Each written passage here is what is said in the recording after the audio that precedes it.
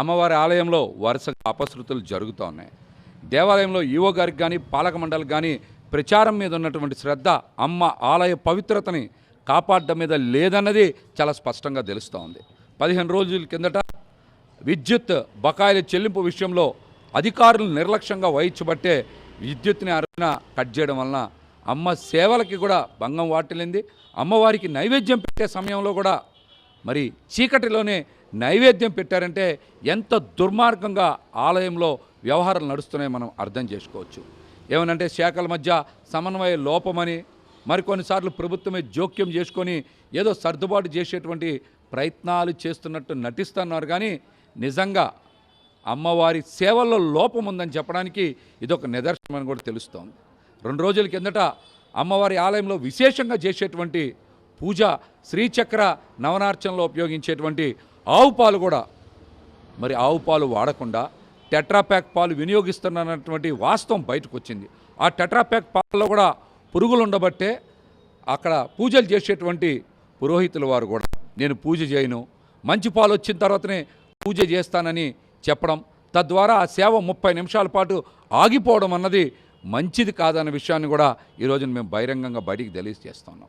మరొక పక్కన అమ్మవారి ఆలయంలోనే అన్నప్రసాద వితరణలో జరిగే పాల్గొనేటువంటి ఉద్యోగస్తులు మాకు రోజువారీ వేతనం సరిగ్గా చెల్లించడం లేదని, సదర్ కాంట్రాక్టర్ మమ్మల్ని మోసం చేస్తున్నాడని వారు నిరసన వ్యక్తం చేసిన మాట వాస్తవం. అంటే అమ్మ ఆలయంలోనే ఉద్యోగస్తులకి కాంట్రాక్టర్ సరిగ్గా డబ్బులు చెల్లించట్లేదని నిరసన తెలియజేసిన మాట వాస్తవం. దుర్గగుడిలో అసలు ఏం జరుగుతూ ఉంది, అసలు ఈవో గారు పట్టించుకుంటున్నారా పట్టించుకోవట్లేదని చెప్పడానికి ఇది మరొక నిదర్శనం. అమ్మ ఆలయంలోనే మనం చూస్తాం వరుసగా ఇట్లాంటివి జరుగుతూ ఉన్నాయంటే హిందూ భక్తుల మనోభావాలు కూటమి ప్రభుత్వంలో ఏ విధంగా దెబ్బతింటున్నాయనేటువంటి విషయాన్ని మనందరం చాలా స్పష్టంగా అర్థం చేసుకోవచ్చు. ఆలయంలో భద్రత లేదు, తనిఖీలు లేవు. అందుకనే గుళ్ళో మరి కేక్ కట్ చేసేటువంటి కార్యక్రమానికి కూడా మరి కొంతమంది ప్రయత్నం చేసి అక్కడ ఉండేటువంటి భక్తులు ఈ విషయాన్ని అవుట్పోస్ట్లో ఉండే పోలీసులకు తెలియజేస్తే వారు వచ్చి ఆపేటువంటి పరిస్థితి వచ్చిందంటే ఆలయంలో భద్రత లేదని, తనిఖీ లేదనేటువంటి విషయం చాలా స్పష్టంగా అర్థమవుతోంది.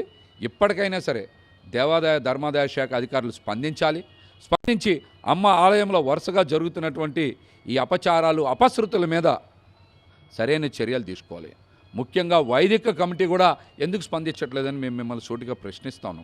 వరుసగా అపచారాలు జరుగుతూ ఉంటే అమ్మ ఆలయాన్ని శుద్ధి చేయాలా, సంప్రోక్షణ చేయాలనేటువంటి అంశం మీద కూడా వైదిక కమిటీ ఖచ్చితంగా చర్చించి ఒక నిర్ణయాన్ని తీసుకోవాలి.